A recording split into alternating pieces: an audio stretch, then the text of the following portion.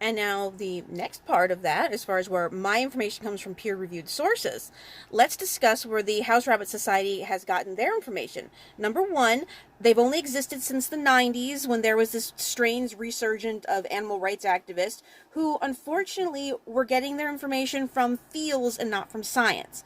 They're getting their information from paid off vets. Ooh, guess you didn't know that one.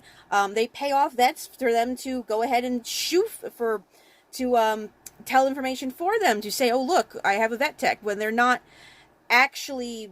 They're actors. They pay veterinary actors to give it for their information. That does not come from sound science. It comes from gleaned information from the American Rabbit Breeders Association and from studies that were done, where instead of taking the study as a whole and actually paying attention to what it was saying, they cherry picked information and then claimed that that was the correct info.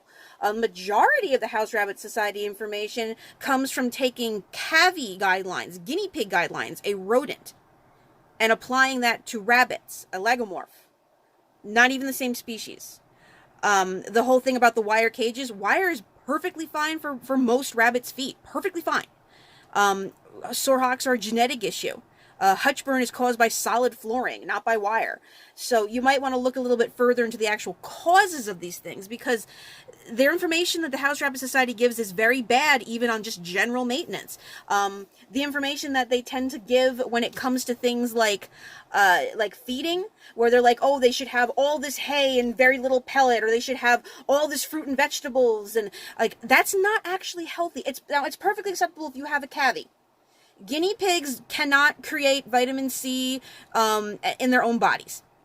There are things that cavies have to have fresh veg, which is why they've decided to, in the 90s, apply cavi knowledge to rabbits, apparently because for some reason they thought, oh, they have similar growth patterns in their teeth, they must be the same thing. That is stupid. So they are applying what is best practices for a completely different species to rabbits. That's bad.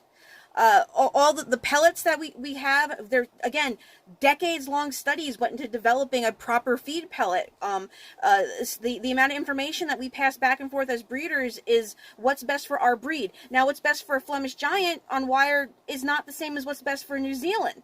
Flemish Giants need a solid surface. We've been over this. Go to my past videos. I've discussed all this prior. Rexes are one of those breeds that doesn't have fully furred feet. You're going to want to give papaya to Angoras and the furry breeds because the acid helps break down any fur clots. I mean, there's a whole list of caveats that you have to do, but at the same time, they have to have Timothy Hay